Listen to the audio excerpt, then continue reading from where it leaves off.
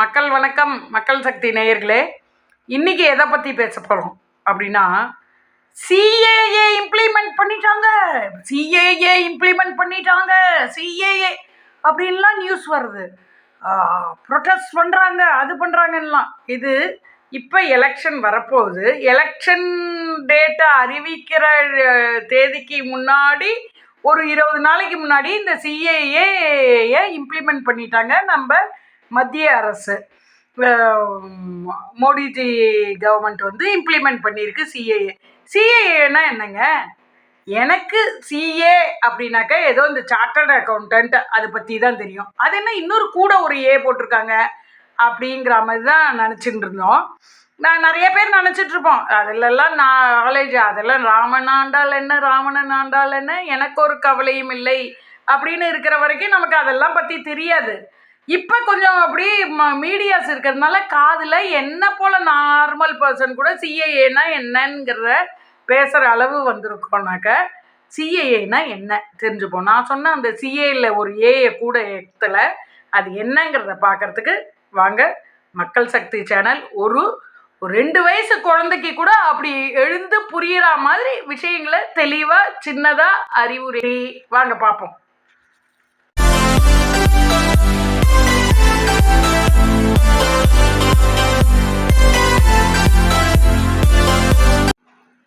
வாங்க இப்போ சிஏஏனா என்னன்னாக்க citizenship amendment act. Citizenship amendment act இந்த இதை இம்ப்ளிமெண்ட் பண்ணியிருக்காங்க மத்திய அரசு. அதுனா அப்படின்னா என்ன அப்படின்னாக்க இது யாருக்கு ஆக்சுவலாக யார் இதை பின்பற்றணும் அப்படின்னா ஆப்கானிஸ்தான், பங்களாதேஷ், பாகிஸ்தான் இந்த நாட்டிலேருந்துலாம் நான் சொல்கிறேன். இந்த 3 நாடுங்க, ஆப்கானிஸ்தான், பங்களாதேஷ், பாகிஸ்தான் இந்த 3 நாட்டிலேருந்துலாம் அகதிகளாக வர்றாங்க இல்லையா இந்தியாவுக்கு. அங்கேருந்து ஓடி போகிறனாலேயோ எதுனாலேயோ அகதிகளாக இந்தியாவுக்கு வராங்க. அந்த முஸ்லீம்ஸும் அந்த அங்கே உள்ள முஸ்லீம்ஸ், அங்கேருந்து வர இந்துஸ், கிறிஸ்டியன்ஸ் இவங்கெல்லாம் வந்து இந்த சிட்டிசன்ஷிப் ஆக்ட் வந்து அமெண்ட்மெண்ட்டுக்கு உட்பட்டவர்கள். இவங்க அந்த சிட்டிசன்ஷிப்பை வாங்கணும். இந்த இந்தியாவுக்கு வந்த உடனே அந்த சிட்டிசன்ஷிப்பை வாங்கணும். எவ்வளவு வருஷத்தில் அப்படின்னாக்க அந்த முஸ்லீம்ஸ், கிறிஸ்டியன்ஸ் அவங்க வரவங்கள வந்தாங்கன்னா 11 இயர்ஸ் ஆகும் அந்த சிட்டிசன்ஷிப்பு வாங்க.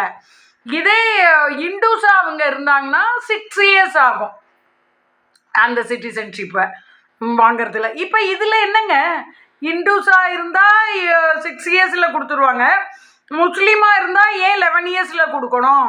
இது அநீதி, இது சமூக நீதி இல்லை அப்படின்னு இந்த சமூக நீதியெல்லாம் கொக்கரக்கோ பண்ணுறாங்க. ஆனால் காரணம் என்னன்னாக்க உள்ளே வரவங்க பேசாமல் இருக்கக்கூடாது, சிட்டிசன்ஷிப் வாங்கணும். இப்போ நம்ம எந்த நாட்டிலேருந்து இருந்தாலும் நம்ம இப்போ அமெரிக்காவுக்கு போகிறோம்னாக்க அங்கே ஒரு வேலை செஞ்சு பிழைக்கிறோம் இருக்கணும் அப்படின்னாக்கா அந்த நாட்டுக்குரிய சிட்டிசன்ஷிப் வாங்கணும். இல்லைன்னா ஒரு சில சலுகைகள் கிடைக்காது. அது எந்த காலத்துலேருந்தோ இருக்குது. ஆனால் இந்தியாவில் மட்டும் அகதிகளாக வரவங்க அகதிகளாக வந்துட்டு இருக்கலாம். அவங்க பாட்டுக்கு அந்த அகதி கூடாரத்தில் இருக்கலாம், அவங்க பாட்டுக்கு என்ன வேணாலும் செஞ்சுக்கலாம், என்ன கடை வேணாலும் நடத்திக்கலாம். இப்படி தான் இருந்துட்டு இருந்தது. ஆனால் இது இப்போ இம்ப்ளிமெண்ட் பண்ணுறார் மோடிஜி அவர்கள். நம்மளுடைய மத்திய அரசு, பிஜேபி அரசு இதை இம்ப்ளிமெண்ட் பண்ணுறது. அப்படின்னா என்ன, இவங்க வந்து முஸ்லீமுக்கு எதிரி அப்படின்லாம் சொல்கிறாங்க. ஏன்னா இங்கே உள்நாட்டில் இருக்கிற முஸ்லீம்ஸுக்கு அவர் அதை சொல்கிறாரு இல்லையே, அது ஒன்று தனியாக இருக்குது. உள்ளே இருக்கிற இந்துஸ், முஸ்லீம்ஸ் நாங்கள் இந்தியன்ஸ் தான், நாங்கள் இந்தியன் தான் ப்ரூவ் பண்ணுறதுக்கு என்ஆர்சி அப்படின்னு ஒன்று இருக்குது, national registration confirmation, religion confirmation அப்படி இருக்குது. நேஷ்னல் அப்போ வந்து உங்கள் தாத்தா பாட்டிகள்லாம் இங்கே இருந்தாங்கங்கிறதுக்கு ப்ரூவ் பண்ணுறதுக்கு ஏதாவது நம்ம சப்மிட் பண்ணணும்னு இருக்குது. அது இப்போ இல்லை, அது பிற்காலத்தில் வரும். ஆனால் இப்போ வந்தது என்னென்னா சிஏஏ, சிட்டிசன்ஷிப் அமெண்ட்மெண்ட் ஆக்ட். என்ன இதுங்கிறத நான் தெளிவாக சொல்லிட்டேன். ஆப்கானிஸ்தான், பங்களாதேஷ், பாகிஸ்தான்லேருந்துலாம் ஒரு போர்னாலேயோ ஒரு போர் ஒரு புயல் இதனால பெரிய பேரழிவுனாலெல்லாம் அங்கேருந்து பொழந்து வராங்க இல்லையா. அதுக்கு என்னவோ சொல்லுவாங்களே, அங்கேருந்து பே இடம் பெயர்ந்து வர்றாங்க, வந்து இந்தியாவில் அகதிகளாக வராங்க. ஐயோ எங்களை காப்பாத்துங்க காப்பாத்துங்கன்னு வராங்க. இந்தியா அவங்களுக்கு காப்பாத்துறது, புகலிடம் கொடுக்கறது. அப்போ இங்கே வாழ்ந்துட்டு இருக்கும்போது அவங்க டீட்டெயில்ஸை ரெஜிஸ்டர் பண்ணி அவங்க அதை வச்சுக்கணும். இது தாங்க சிஏஏ. இதில் என்னங்க தப்பு? ஒரு செக்யூரிட்டியும் உண்டு இல்லை. இந்த நாட்டிலேருந்து நான் வந்தேன், நான் முஸ்லீம், நான் இந்த நாட்டில் இருக்க விருப்பப்படுறேன் அப்படின்னு சொல்லி இந்த நாட்டு பிரஜையாக வாழ ஆசைப்படுறேன் அப்படின்னு சொல்லும்போது, ஓகே நீ உன்னோட பேர்லெல்லாம் இந்த கம்ப்ளைண்ட்ஸ் இல்லை, நீ இந்த நாட்டிலேருந்து தானே வந்திருக்க, சரி நீ உன்னுடைய மதத்தை பின்பற்றி கொண்டு இந்த நாட்டிலேயே நீ இருக்கலாம் அப்படின்னு வெளி மதத்தவர்களுக்கு, அதாவது முஸ்லீம் கிறிஸ்டியன் வெளியிலேருந்து வந்தவங்களுக்கு சிட்டிசன்ஷிப் வழங்குறது 11 வருஷம் ஆகும். இதுக்கு மேலே எனக்கு தெளிவாக சொல்ல தெரியல, நானே ஒரு அது. அதே மாதிரி அங்கே வந்து பெயர்ந்து வந்தவங்க இண்டூஸாக இருந்தாங்கன்னா ஓகே அவங்களுக்கு 6 இயர்ஸில் வழங்கப்படும் அப்படின்னு சொல்லி இப்போ அது வந்து அமெண்ட்மெண்ட் ஆக்ட் இதாகிடுது. இதுக்கு தான் பல பேர் கதறின்னு இருக்காங்க, இப்படி வைக்கக்கூடாது. அது சமூக நீதி கட்சி, சமூக நீதியெலாம் என்ன சொல்கிறாங்க, அது என்ன முஸ்லீம்ஸுக்கு மட்டும் நீ 11 வருஷம், இந்துஸுக்கு ஏன் 6 வருஷம் தான்? அது என்னங்கிறத பாருங்க, பார்த்து சொல்லுங்க. தெரியல, எனக்குமே தெரியல. சரி இருக்கட்டுமே, எல்லா டீட்டெயில்ஸும் அவங்க ஒரு ஃபார்மில் வச்சு கேட்குறாங்கல்ல.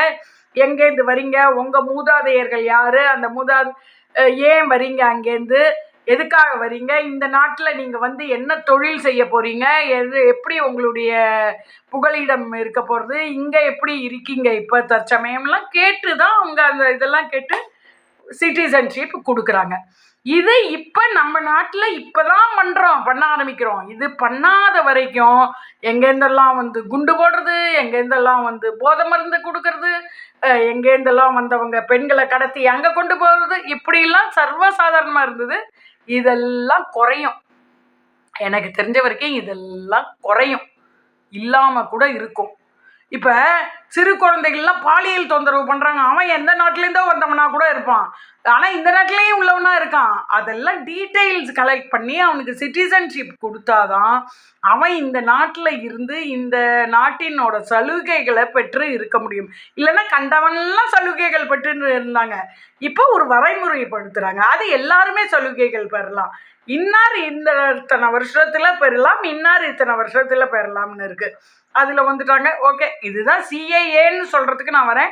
என்ஆர்சினாக்க நேஷ்னல் ரிலிஜன் கன்ஃபர்மேஷன். அது என்னென்னா உங்கள் தாத்தா பாட்டிலாம் என்ன ரிலிஜனில் இருக்காங்க, என்ன இது, அதெல்லாம் இப்போ வரப்போகிறது இல்லை, அதெல்லாம் அப்புறம்தான், அதை பற்றி இப்போ பேச்சு இல்லை அப்படின்னு ஒன்றும் வரப்போகிறது. அதுக்கு முன்னாடி இது வந்திருக்கு. இது நல்லதுன்னு என்னை பொறுத்த வரைக்கும் தோணுதுங்க. என்னை பொறுத்த வரைக்கும் இல்லை, அந்த மோடிஜி அவர்கள் மற்ற பெரியவர்களுக்கெல்லாம் அது நல்லதுன்னு தோணினதுனால தான் இதை பண்ணுறோம். நம்ம இன்னொரு நாட்டில் இருக்கும்போது நம்ம அவ்வளோ டீட்டெயில்ஸ் கொடுக்க வேண்டியிருக்கு. நம்ம நாட்டுக்கு வரவனுக்கு நம்ம பாட்டுக்கு கதவை திறந்து விட்டா மாதிரி இருக்குது, எதெல்லாமோ உள்ள நுழையுது. இப்போ அப்படி இல்லை, எல்லாமே உள்ள எதெல்லாமோ உள்ள ஆனால் நீ யார் யார் என்னங்கிற இன்ஃபர்மேஷனை கொடுத்து இங்கே வாழறதுக்கு நீ சிட்டிசன்ஷிப்பு வாங்கு. இங்கே நீ அகதியாக வர, உனக்கு எல்லா ஃபெசிலிட்டிஸும் தரோம், நீ சிட்டிசன்ஷிப்போட இரு, அப்படிதான். அதுதான் சிஏஏ. இதை வந்து தெளிவாக தப்பாக புரிஞ்சுட்டு இருக்கிற உங்களுக்கு இந்துஸ்க்கெல்லாம் அனுப்புங்க. இதை வந்து சமூக நீதி கட்சின்னு சொல்லிட்டு நம்மக்குள்ளே பிளவுபடுத்துகிற அந்த சமூக நீதி கட்சியில் சனாதனத்தை ஒழிப்பேன்னு சொல்லுவாங்களே, அவங்களுக்கெல்லாம் அனுப்புங்க, ஷேர் பண்ணி விடுங்க. நல்ல விஷயம் 4 பேருக்கு கெட்டவங்களுக்கெல்லாமும் போய் சேரட்டும், அப்போ தான் நல்லவர்களாக அவர்கள் திருந்துவார்கள். இதோ இப்போ தேர்தல் வரப்போகிறது. தேர்தல் வர்றதுக்கு தேர்தல் தேதியை குறிப்பிடுற ஒரு 30 நாளைக்கு முன்னாடியே இந்த அறிக்கை வந்துருச்சு. இது அமெண்ட்மெண்ட் ஆக்ட் ரெஜிஸ்டர் ஆயிடுச்சு. இனிமேல் எந்த கட்சி வந்தாலும் இதை பண்ணி தான் ஆகணும். இதுக்கெல்லாம் இந்த காங்கிரஸ் எல்லாம் கொதிக்கிறாங்க, ஏன் பண்ணணும், எதுக்கு பண்ணணும். முஸ்லீம்னா ஒன்று கேட்பையா, ஏன்னா அவங்க ஓட்டுக்காக கேட்குறாங்க. அங்கே நியாயத்தை பார்க்கல, ஓட்டுக்காக கேட்குறாங்க, நல்லதுக்கு தான் பண்ணுறாங்க. அதாவது ஒரு 3 பேரை நிற்க வைக்கிறோம், இந்தா நீ இந்துவா, இந்தா விபதி, நீ முஸ்லீமா இந்த குல்லா வச்சுக்கோ, நீ கிறிஸ்டினா இந்த சிலுவையை வச்சுக்கோ அப்படின்னு மரியாதை கொடுக்குறோம். அவங்க மதத்துக்கு மரியாதை கொடுக்குறோம். இவங்க என்ன பண்றாங்க, ஆஹாஹா எல்லாம் சமூக நீதி, எல்லாரும் ஒன்றும் வச்சுக்காத அப்படிங்கும்போது நீ இன்னொரு சமூக நீதிய குத்துற இல்ல, ஒன்றும் வச்சுக்காது, அதுதான் சமூக நீதிங்கிற. அப்ப வச்சுக்கிறவனுக்கெல்லாம் குத்துல்ல, அப்ப எங்க போச்சு சமூக நீதி? இதெல்லாம் கதைங்க, இதெல்லாம் கதை. ரூல்ஸ் படி வாழ்வோம், விதிமுறைப்படி வாழ்வோம். இந்த எதிர்கட்சிகள் போராடுறதுக்கு நம்ம காது கொடுக்க வேண்டாம். நல்ல விஷயத்த ஆராயுங்க. இதே அவங்க எதிர்கட்சியா இருக்கும்போது இவங்க இத எதிர்த்து இருந்தாங்கன்னா இப்ப கேட்கலாம், ஏன் நீ அவங்க பண்ணும்போது எதிர்த்த, இப்ப இவங்க கொண்டு வந்தது இது நல்ல திட்டம். CAA, சிட்டிசன் அமெண்ட்மெண்ட் ஆக்ட், அனைவரும் சிட்டிசன்ஷிப்பா ஆக வேண்டும். ஆவதற்கு இந்த ரூல்ஸு அப்படின்னு சொல்றது தாங்க. இதான் எனக்கு தெரிஞ்ச வரைக்கும். இதை பற்றி உங்களுக்கு என்ன தெரியுதோ கீழே கமெண்ட்ஸில் கொடுங்க. நல்ல விதமாக இதை பரப்பி விடுங்க. நன்றி.